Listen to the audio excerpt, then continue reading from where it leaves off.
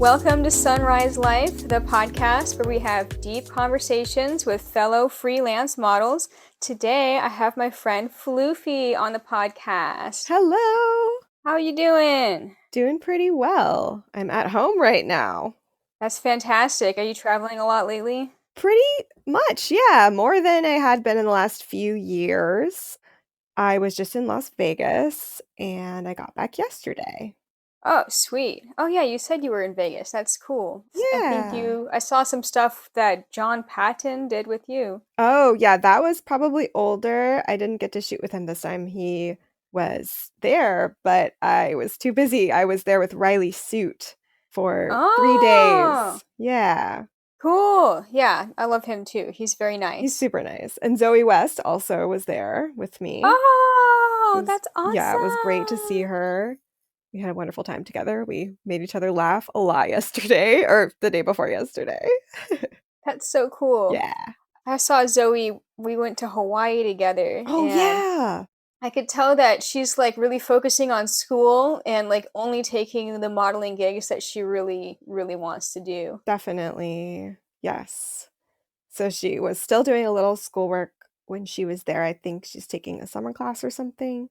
Anyway, Yeah, yeah. cool. I would like to like just say on the podcast that I fangirled on you so hard before I started traveling for modeling because our mutual friend and photographer Gabino told me that I had to meet you. Oh, I love Gavino, and that's really sweet. So I was like, "Oh, she's short like me and Yes. she does this and travels." That's I was like, I had to meet her. And then I met you and Yeah. you were so nice and you invited me to your house. Oh, yeah? Yeah. We met at the art show, right? At Yes. the Yeah, gallery. It was Gabino not really a was gallery. It was pop art pinup when I was doing the pinup makeup thing with Tony. yeah. With Yeah, Gabino's, you but it was were Gabino's art. it was Gabino's art. He had his stuff printed on agates, and that was really cool. And you had a cute polka dot dress on, and I was so nervous. But then I think you invited me to if I needed a place to stay, if I was coming through Portland, and I was like, really? And then we made friends. And sometimes I wonder to myself because other people might say this to me. They might say stuff like, oh, other nude models are just your competitors, they're not really your friends or whatever. But I think that a lot of us are friends, and I Oh, do yeah. consider you a friend. Oh, I consider you a friend as well. I think, man, I have quite a few friends in this industry who I consider real close friends who I would trust. It's important to stick together. Yeah, I agree. Okay, I'm gonna stop like just blowing smoke up your. Yay!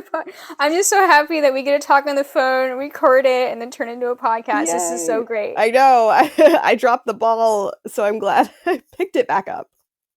I don't think you dropped the ball. I think we're both traveling and Yeah. stuff, so Life. it's all good. For our listeners, would you mind describing how you first got into modeling and then how it's progressed over the years and led you to where you are now? Sure. So, I wonder if anyone listening remembers MySpace because that's how I got started. This is circa, ooh, so 2004 or Wow. so. Yeah. I had just started college and I was on MySpace and I met this person on MySpace who wanted to be a photographer. He was studying photography and in college, he was going to go to college. He wasn't in college even. So he was a high school student and it's about my age and was talented. And he wanted to go to a local park and do a shoot. And I said, sure, that sounds fun. Because back then, apparently, you just met people from the internet. Like it was no big deal, wasn't scary or anything. Yeah. But it was wonderful. We had a great time. I started my Model Mayhem account that week, I believe, after I got the photos.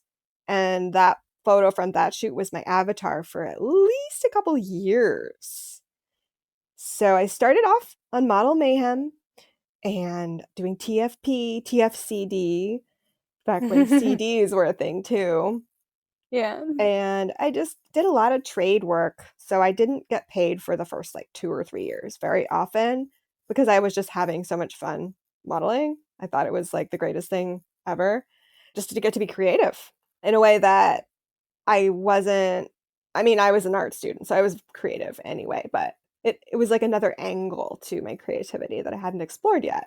So, after a while, I decided that I was comfortable to pose nude, and at that point, my career really took off, and I started to charge money, and I started to shoot I was modeling art like twice a week. So even in college, and it was 2 to 3 times a week, then 3 to 4 times a week. It just picked up pretty rapidly. And that was all in Portland? That was all in Portland. I didn't start traveling until I finished college because I just didn't have the time to get away. I was too busy with college. And I wasn't sure how it worked either. There weren't too many examples of traveling models. I think there was Kira Grant was around. I would say Rebecca Lawrence was around. There were a few others, but I didn't have very many role models. Role models. But with Model Mayhem, I started to notice that this was a thing, and I had a couple photographers ask if I would travel to their city. When they visited me to shoot, they said, "Well, you should come to Los Angeles or you should come to Seattle." I guess I went to Seattle a couple times because it was close. But LA was really the first city I traveled to as a traveling model outside of Seattle, which is only a 3-hour drive from me. So I remember just feeling baffled and overwhelmed. I stayed in LA, in downtown LA, and I wasn't aware that that wasn't the center of Los Angeles. It was kind of sketchy, and people didn't want to pick me up, but I didn't have a car because I was like 23 or something. So I learned the hard way about looking up things before you go and like understanding how a city is laid out because they're not all the same. Yeah, Yeah. that makes sense. I One of the first major cities I traveled to was New York, and I was like, "Oh, I'm just gonna go here because people are asking me," and I went in Oh February. no. It's so cold. Photographers wanted to book me at like those old Oh warehouses with sky no. vault, and so yeah, it was a nightmare. And I was like, all right, from now on, I'm gonna pick based around the weather in the area. Smart. And it's just those things that are like simple and like you don't think about them until you're there suffering the consequences of them. Yes. I mean, I know models who will go to New York in the winter specifically because there are no other models there. But I will not. I don't like being cold. Yeah. And it's also, neither of us grew up in a place where snow was regular, so you wouldn't be driving in the snow. But in New York in February, you could be driving in the snow if you're Mm-hmm. driving. Yeah. So, yeah, it's a hazard. Yeah, some of the traveling tips that like I've learned over the years have all been from because I modeled in that area and just Yes. learned stuff the hard way. Yes, you learn the sort of, I don't know, the routes that are like less or more sketchy and places to stay that are better and more convenient or not. And yeah, there's a lot of things that I've learned just about traveling from being a traveling model. I feel like I've kind of got a leg up versus my husband or some of my friends who don't travel or travel casually. There was a point where I was bringing a space heater to a bunch of my shoots. Have you ever done Yeah, that? I haven't. Brennan does that. She will, yeah, put it in her car and leave it in her car.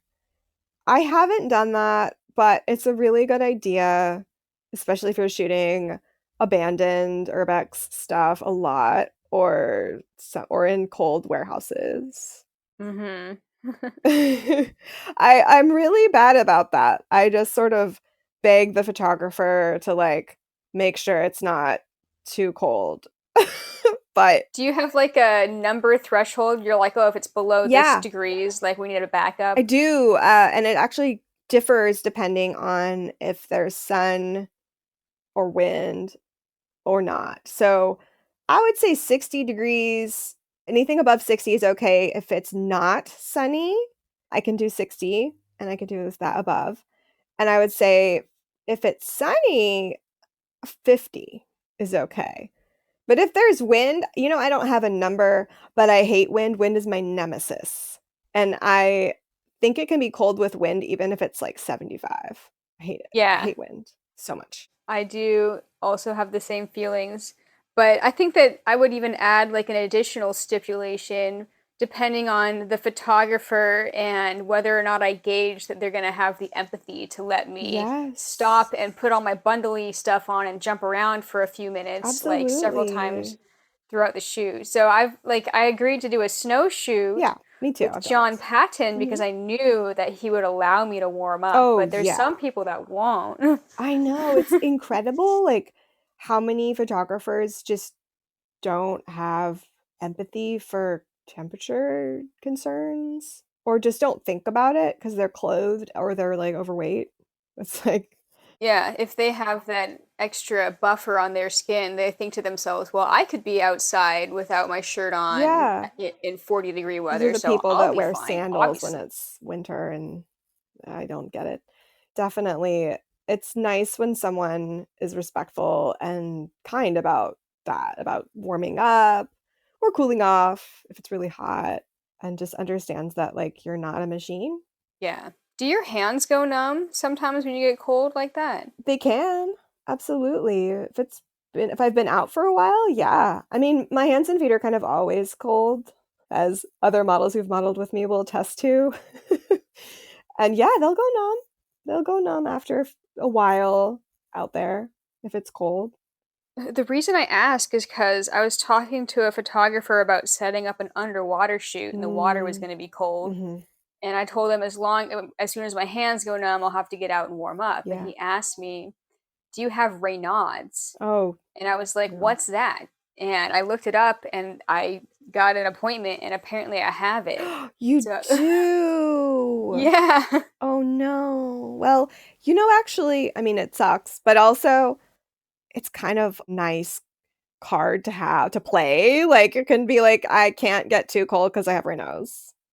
Like, I suppose I've backed myself into a corner with this one because I was actually able to get medication oh, that helps with it. It's the same type of medication that they would give somebody if they had high blood pressure. oh, interesting. So, yeah, and Raynaud's isn't high blood pressure, but that medication helps people with Raynaud's with their circulation, and it does help. I have hardly ever had my hands go numb when I'm cold in the water. Where before, if it was like 62 and I was out for like a half an hour, my hands would go numb. Yeah. If the water was 62? No, even in The the air. air. Oh, okay, okay, I got it. Yeah, I don't think I have it because I don't think it would take a long time for them to go numb. If it would be like a borderline hypothermia situation if I had completely numb hands. So I probably don't have it. That's good. Yeah, it sucked. Yeah, that sounds Anyway, awful. Did they turn purple or blue? a little bit, yeah. They would be kind of like when my hands were going numb, they would look a little bit like pale and kind of blotchy. Yeah. It Some of the pictures on the internet I think are like extreme Yeah. examples of it, but the appointment that I made was actually over like an app. I don't know if you've ever used any of those Oh, health apps okay. to No, I do. haven't. I mean, I've They're used the super handy. Kaiser telehealth, but that's not no, I haven't used that. Yeah, Kaiser is that the K Health app? No, it's kp.org or whatever. Oh, okay. Yeah, the app that I use is just called K Health, Okay. and you like chat with doctors and like send them pictures of your symptoms, and then if it's not a narcotic drug that you need, then Yeah. they can prescribe it just over the app. Oh, that's really cool. No, it's through your insurance or it's just separate?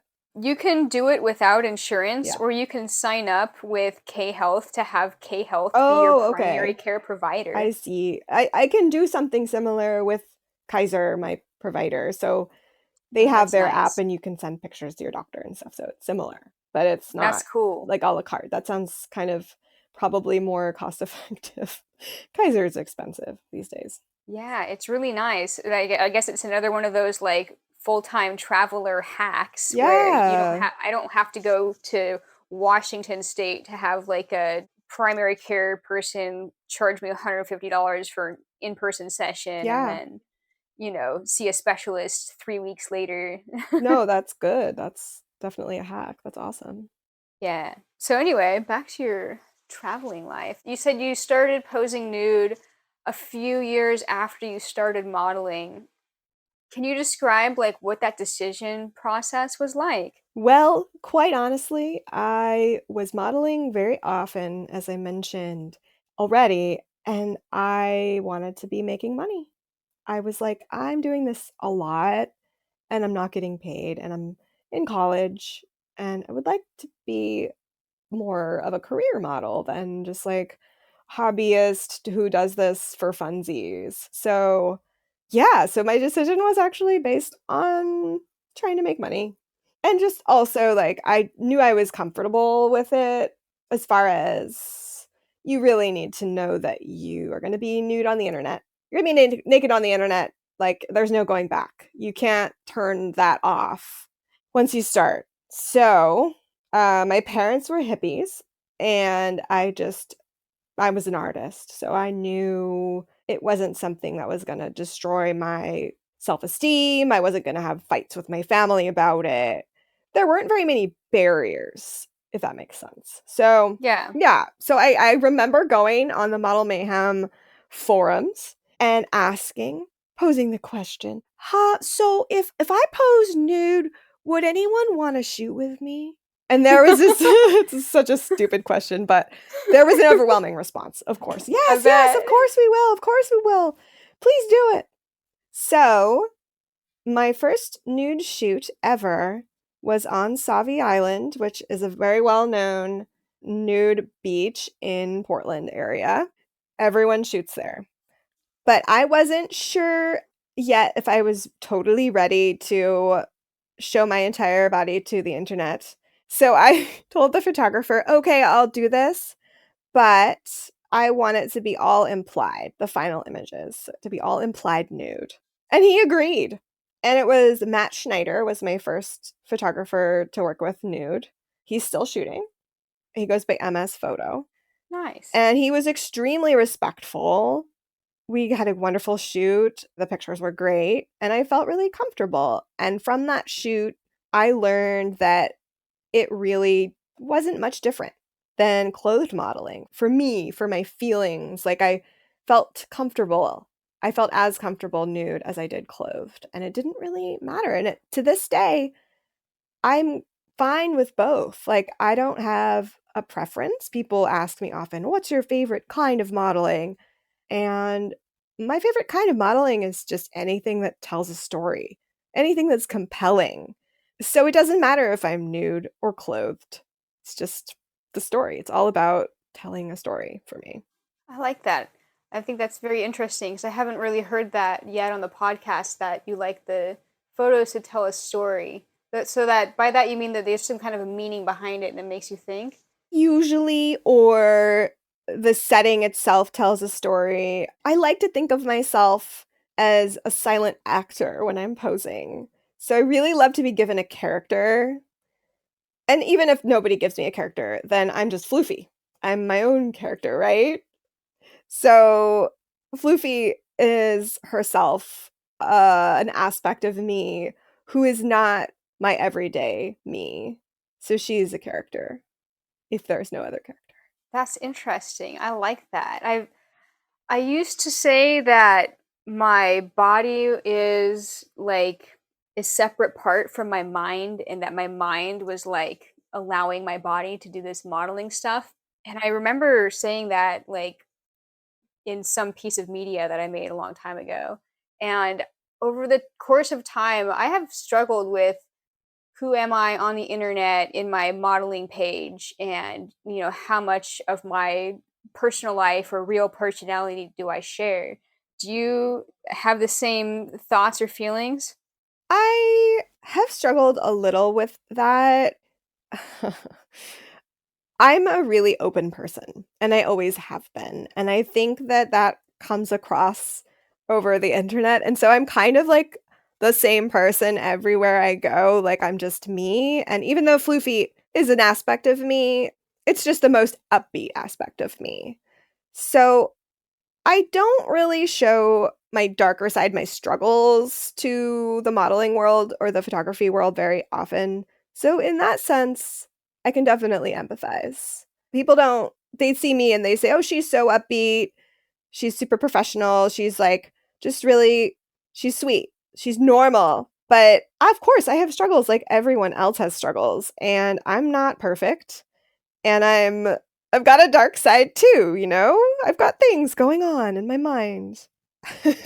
Yeah, like But personal life yeah, struggles and but I stuff. don't always express those to the world at large. I think that's healthy, and I've definitely done a little bit of both. Yeah, I mean, it's hard to create boundaries and it's essential to create boundaries. But it's a struggle for everyone, but I think especially for women. We're taught to be very social and to be I don't know, people pleasers, kind to everyone, just very like sweet. And so I don't know, that sort of means to me that we don't get to show our dark sides very often without being criticized for it. Yeah, But I get, it's also safer not to. yeah. And there have been times where I've felt a benefit out of exposing information out of myself, but I think that it's always a double-edged sword. Mhm. Like when I first got sober, for instance, I posted about it on Tumblr, Yeah. and people will come out of the woodwork when you're vulnerable on the internet, Yes. and I had some people that were like, "Oh, I didn't realize that you were a human with a personality until you Mhm. suddenly exposed this vulnerability that I align with, and now I want to work with you." So Yeah. it has been a marketing thing for me, which I guess at times is not healthy. But there is strength in vulnerability, and there's also an aspect of community support. And I think that's also valuable. Like, that's important. Yeah. But there are times to share and times to withhold. And Yes. sometimes it's hard to know which is which. True that. A moment ago, you had mentioned that people had asked you, like, what kind of shoots are your favorite kinds of shoots? And I'd like to ask something that I ask everybody on the podcast. I call it the photo shoot fail of the week. Can you describe a shoot experience that you've had that was crazy for some reason, whether the scenario around the shoot was crazy or the photographer themselves was out of line? Yeah. So this isn't so much a horror story as it is just truly bizarre. Sweet. So I began working with this photographer maybe 10 years ago. He was hiring models to pose in his garden to take 360 photos of us for statues, to like create physical statues in his garden. Rich people, though, am I right? Like, Yeah. he was definitely that, like, what's the word? Eccentric rich guy. He lived in a house that is known as the Oculus House in, I Okay. believe it's Washington, like Vancouver area. Anyway, so I was hired by him to do this 360 thing. By another model was like organizing the whole situation, so there were other models involved with this. And then somehow relatedly, he wanted to make a music video because of course, he's also a musician and a songwriter. I'm like, "Okay. All right." All right. So, he was paying very well and he was treating us just fine. So there was nothing untoward about it. And I was like, yeah, that sounds like fun. I'll do a music video. He hired an LA singer I'm getting ahead of myself. Anyhow, first, so it was supposed to be at the Ape Caves. Are you familiar with the Ape Caves? No, is that in Vancouver area? It's up on, I think, Mount St. Helens. They're lava tubes. Oh, cool. Yes. So it's not a national park, but it's maybe a national recreation area.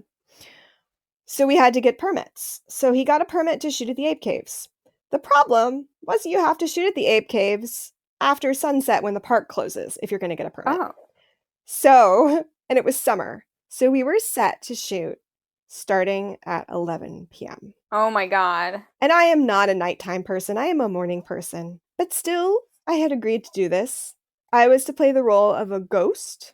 So he picked us up in a limousine. He had a limousine sent to my house and the other models' houses. And we started at like 6 p.m. We left. It's about a 2.5, 3 hour drive.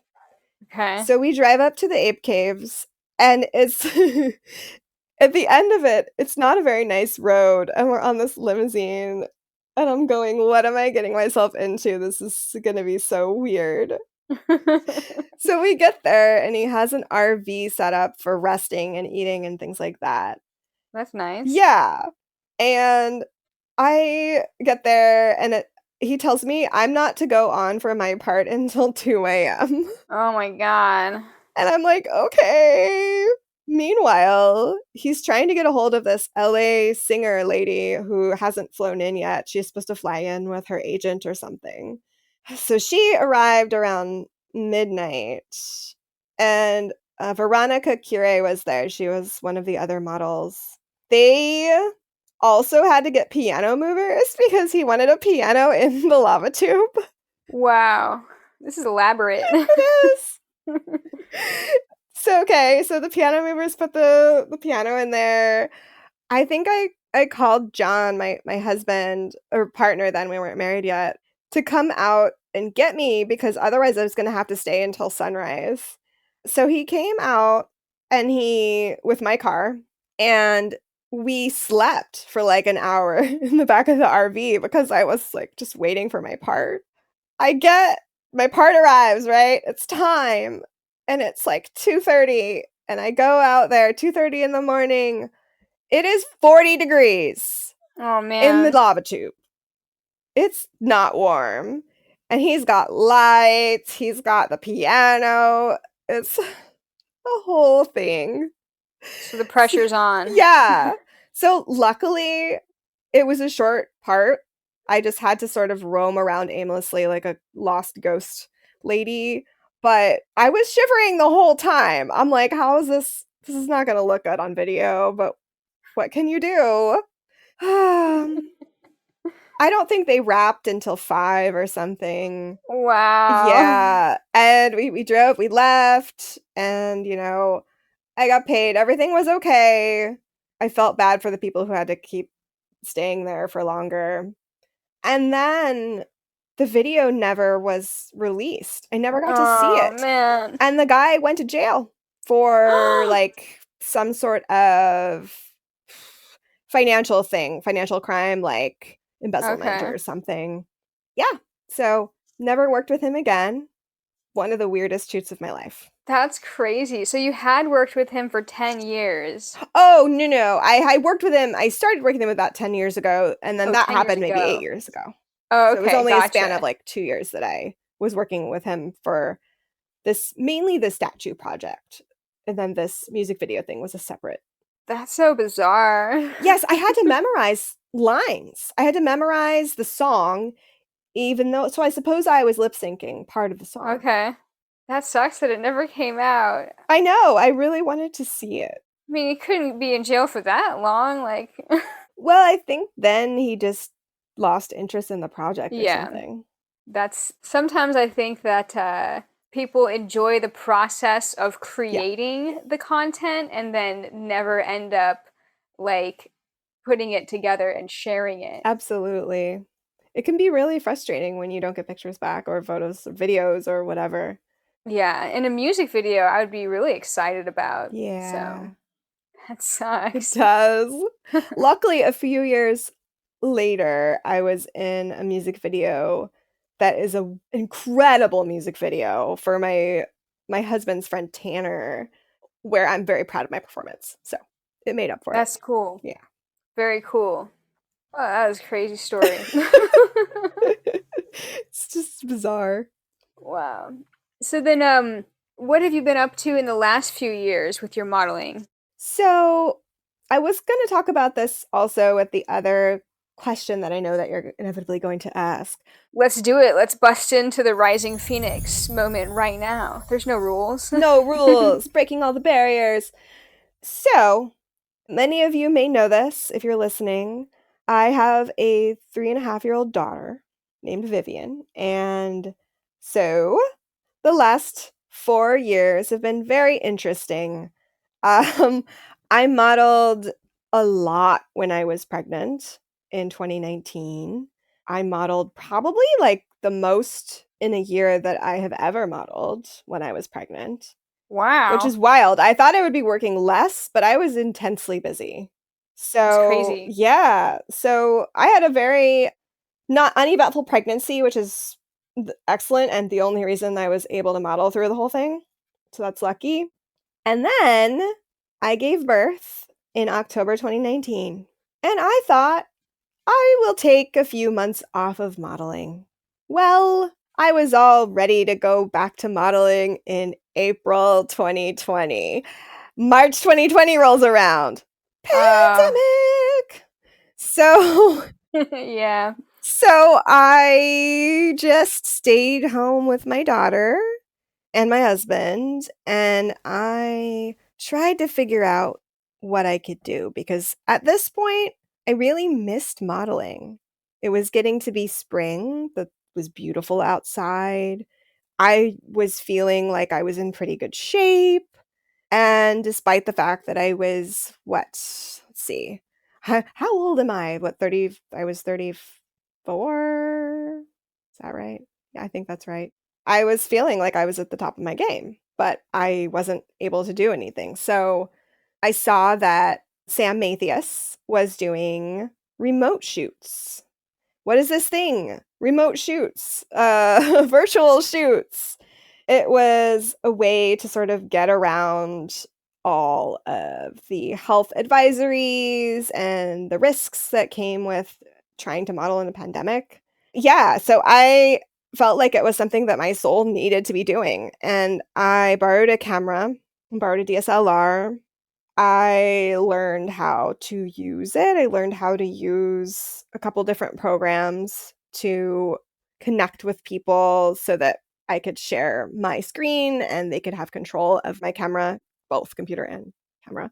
Yeah, so I started doing remote shooting in spring 2020, and I was doing probably about a shoot a week with remotes, and it was intense, but it sort of gave me like maybe 60% of the experience that is modeling in person.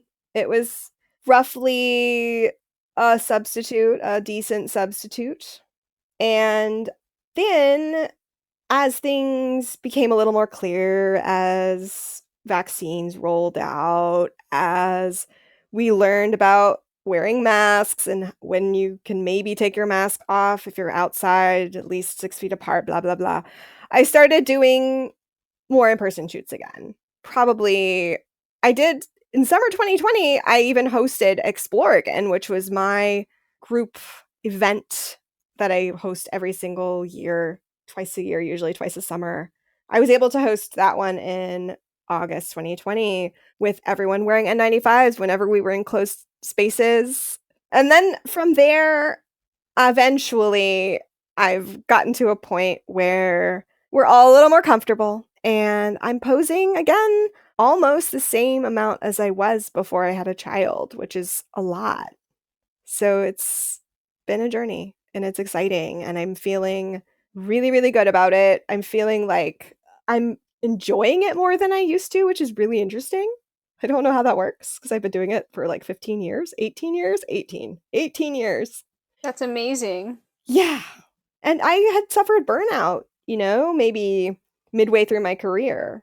So I'm definitely not in a burnout phase now. I'm in like a growth phase, which is exciting. That is very interesting for me to hear because I have dealt with a little bit of burnout, Yeah. and I'll ask you, what elements do you think contributed to yourself burning out? And did you have to change the way that you were doing modeling?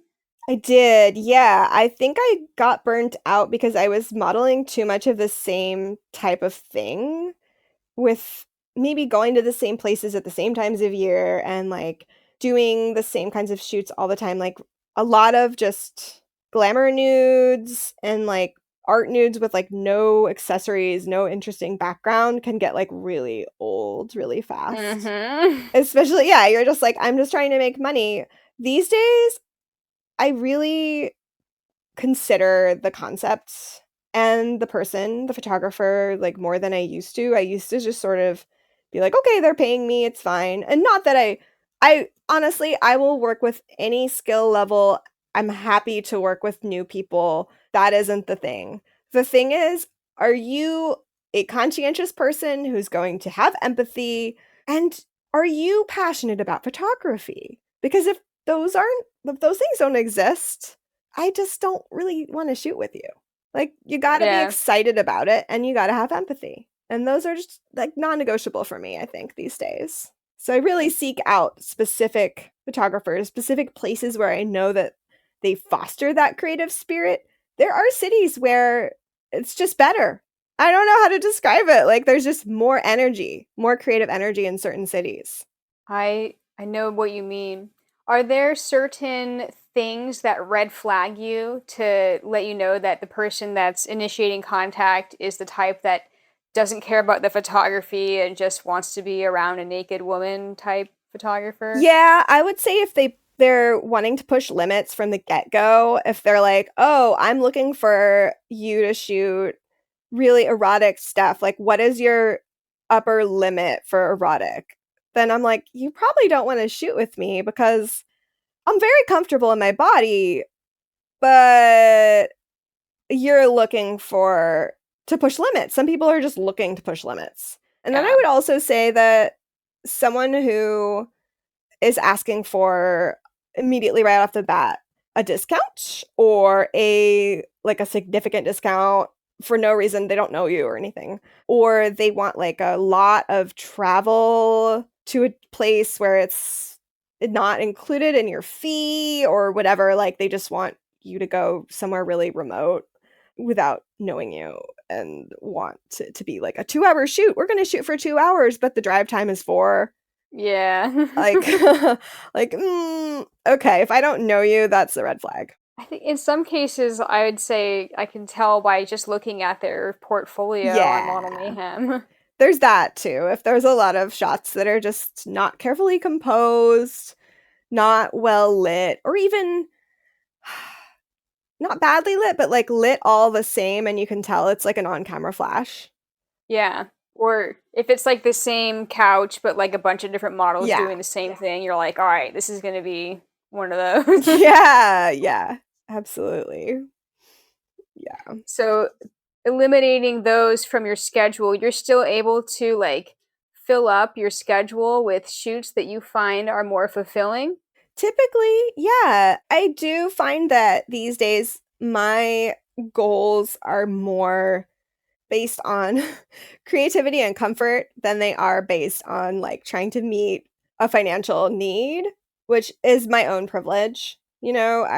I live in a very stable household. My husband is a programmer and he makes a lot of money, and so I don't really have to worry about it, but like I still try to pay my own bills all the time, but I don't have my rent hasn't gone up like a lot of people's rent has just really gone up, and expenses are more, food costs more, just the cost of living is higher. Yeah. So I don't have to worry about that as much as some other people. So that's a luxury for me that I can afford to just book when and where I want to and not try to be like, I need to make $3,000 on this trip or else I can't go.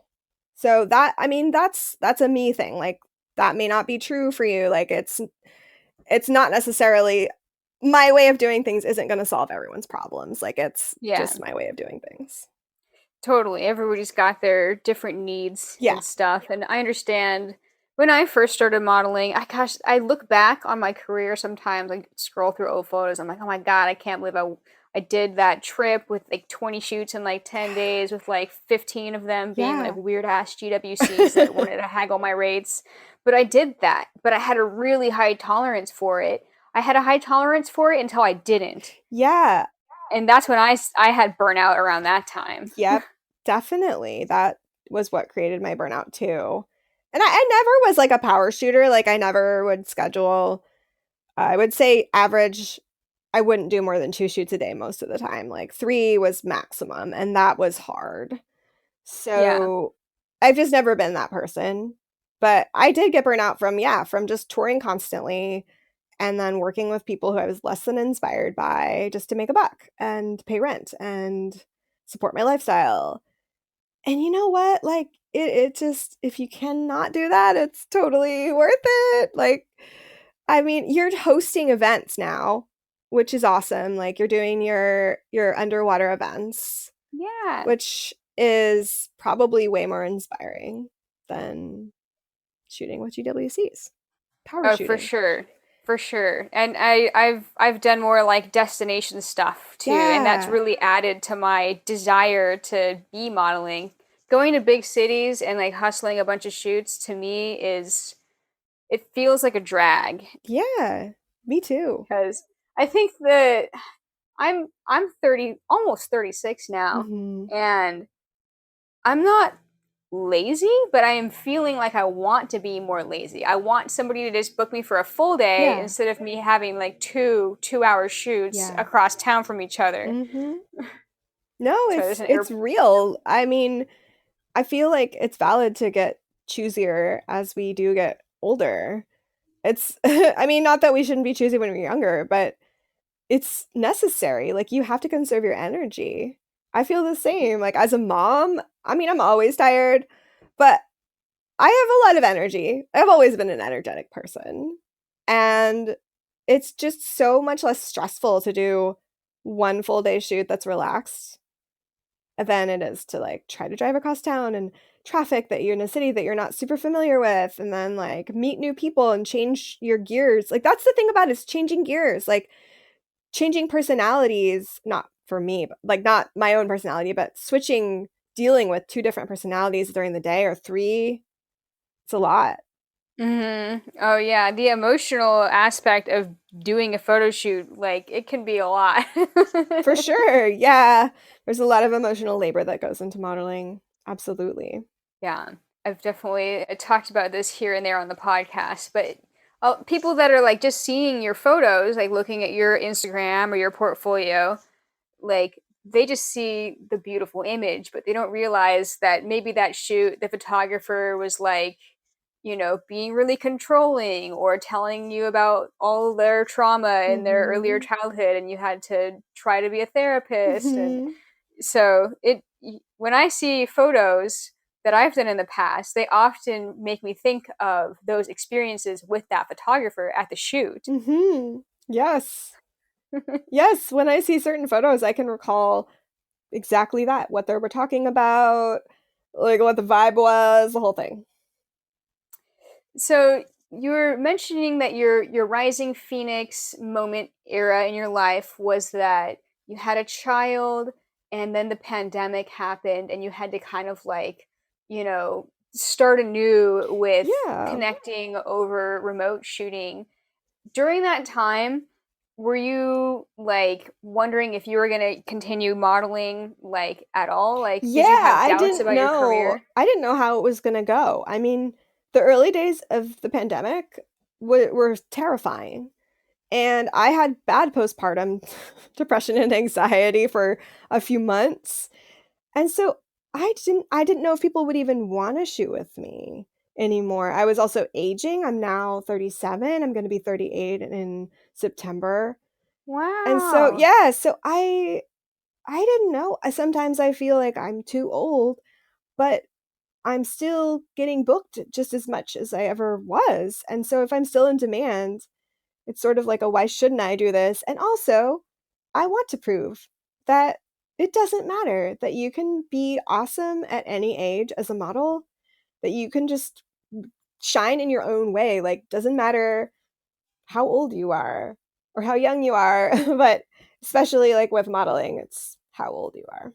So, Heck yeah, I fully agree with that. Do you have your real age on your Model Mayhem profile? yeah, yeah, I put my birthday in, so it'll update for sure. Yeah, that's cool. I don't care. I have an agent too in Portland, so like I'm represented by Ryan artists, and I look forward to getting more work as I age. I hope that they put me in actual mom roles. I have an audition for Nike that I'm supposed to do a self-tape for this weekend, and I'm Mm. a mom, and I am a mom. So I eventually will look old enough to look like a mom, is what I'm hoping. Do you got any gray hairs? I have like one. Oh my gosh. My mom didn't go gray until she was like 50, so I just think it's probably going to be a while. Okay, so yeah, genetically your hair might take a Yeah. while. That's cool though. I look up to other models who are older than me, like such as yourself, and other models like Liz Ashley and Yeah. Rebecca Lawrence, and I'm like, they're still doing it and they're loving it. Yeah. And I always have like other side projects that I'm like, I go through these phases where I'm like, okay, I'm getting older. Like people aren't going to want to Oh, work with yeah, me yeah. soon. So I'm going to start this new business. I And then I remember we have start a new talked about business. this. Yeah. Oh man. But So I go back and forth. I'm like really yeah, hardcore, like, spending money, investing on it, and then I always end up thinking to myself, like, this just, it doesn't feel like authentic to me at sometimes. I Like when I'm putting know. it together, I'm like, oh, I'm going to make, a few years ago, I was like, oh, I have a videography business Yeah. now, and it's a different name, and I'm going to separate it from my modeling so I can get legit jobs. And then I just ended up not wanting to work with any of the like corporate type people. Right. Modeling, traveling modeling, freelance modeling, I should say. It's a lifestyle, and it is not one that is easy to leave or replace because it's so unique. And you really don't have to deal with a lot of the corporate bullshit that exists. Like you're your own boss. And if you don't like someone, you can leave and you won't lose everything. Yeah. You have to start from the ground up. So it's hard to leave this job. I totally know what you mean. It's also really good to have a side hustle, just in general, just to do something that's different. So you're not Yeah. always modeling, I feel like. Then it helps with the burnout too. So Yeah. when I started getting burnt out with modeling, I also started doing makeup. And I do Yeah. that as well. So I'm a makeup artist as well. And then I'm a painter. So if I get bored with the whole industry, then I can just paint. But painting doesn't make a lot of money, but it is fulfilling. Yeah. I was actually just thinking about this yesterday. I was thinking like for me when I hear music I'm like, "Oh, I could make this video that would look cool with this." And I'm always kind of like thinking that in my head like, "Oh, I could make visuals Uh-huh. that would go." And that's like my in my mind the art that I've wanted to make and I've dabbled with that. You're But really good at obviously video. like You are. thank you. Yeah, no, I love all your video stuff. It's great. Thank Yeah. you. But it doesn't make like I mean it could make money if I hustled it more, but I don't want to. Yeah. And you put a lot of effort into your painting and stuff. And I was just thinking yesterday, I was like, you know what? Your art doesn't have to make money in order No, for it to I be never worth wanted to be a doing. studio painter. I knew that it would destroy it for me if I had to paint for what the gallery wanted me to paint, it would Mm-hmm. ruin it. Yeah. And also, I don't want to hustle my paintings. I don't want to do that. It's not fun. It takes away from the creative process. So it's not for me. It's not for me, but at least I knew that before I went to college for it and got the degree Yeah. anyway, even though I wasn't going to be a studio painter. That's cool. Yeah, I mean sometimes you have to do something and like learn about it more after and then like, just finalize your decision that, that's not the Yeah. path for Yeah, I you. knew that it was still my passion, but that really the piece of paper that is my degree, I have a bachelor's degree and it doesn't really matter what it's in. It's a bachelor's degree. And the painting part of it was my passion and remains a passion of mine. And it's still valuable to me that I have that and that I did that and went through all of that practice, you know? Yeah, that's so cool. Some people might argue that, I mean, some people do argue this, and Mhm. it's very frustrating that if you turn your modeling into your business, then it takes the joy out of it. But I mean, if you applied that to every like creative activity, then nobody should be doing any of it for money, Right. right? It definitely doesn't take any joy out of it for me as far as modeling goes.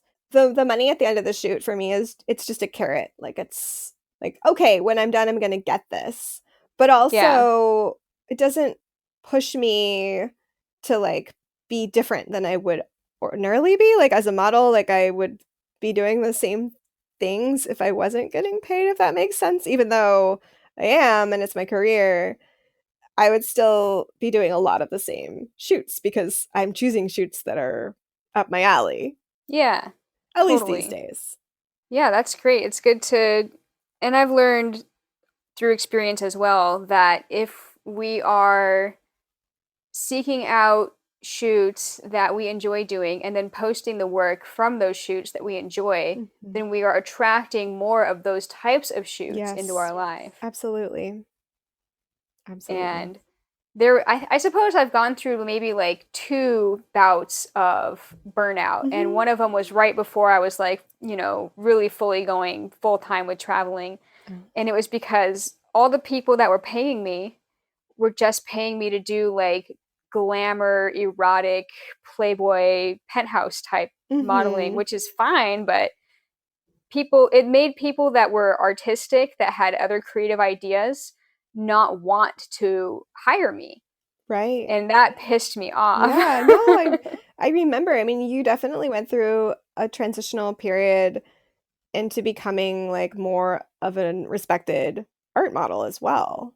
And I definitely think people see you more as that, or at least more holistically than they did back then. Thanks. Yeah. And I think you were definitely one of the models that like influenced me to want to do more like creative and artistic stuff. Like before I even started doing that, I remember I forget who the photographer was, but they were emailing me about setting up a shoot, and I was like, "Oh yeah, I love your artistic stuff. Let's do some of that." And they're like, "Do you have any examples of that?" And so I sent some like nudes, but they were all like glamour erotic nudes, and he's like, "That's not artistic." And I'm like, "What is?" And I didn't even have like the taste for it at first. It took me a while to like really be able to differentiate for myself even. Yeah. It's a But weird line. It's it's not clear, but it is something that people feel, I think, that they like think that they yeah. know. And, there is a specific aesthetic that is clearly like art nude style, like bodyscapes or the figure nude in nature or whatever. But there's like a Yeah. posing style. It's more of a posing style and an editing style, I think, than it is in lighting, than it is like, I don't know. I guess it's all those things. I don't know what I'm saying. It's interesting. It's not that the photos themselves are what is like causing burnout, or like Yeah. I think it's the interaction and then Yeah. the type of attention that you get Yeah. afterwards from those photos. Absolutely. I remember getting mad early on because someone told me that they thought of me as clearly an alternative model. And I was like, look, this is when, what was popular, Suicide Girls was really popular. Hmm. And I was like, listen, I don't have any tattoos. My hair is not colored. I'm not just an alternative model. Yo. And I think that I've changed my I'm very much a chameleon these days, and people see that. But back then, I was getting pigeonholed, and I did not like it. So I had the same kind of Yeah, feeling as you did when you got pigeonholed. It's not a good feeling. yeah, I hate it as well. I suppose if any model were to pick one genre and just be really good at that and only post that, they would do really well business wise. And I suppose perhaps we're shooting ourselves in the foot by being chameleons, but then we'd be upset if we were putting ourselves in a box, right? Yeah, and I don't even know if that's true that it would be a good business decision because I get complimented on how versatile I am all the time. I suppose. And I know, it's tricky because you do want to have a specialty, but you don't want to be pigeonholed. Like, you don't want to just only do one thing because it would get really boring. It does get really boring. Totally. Yeah.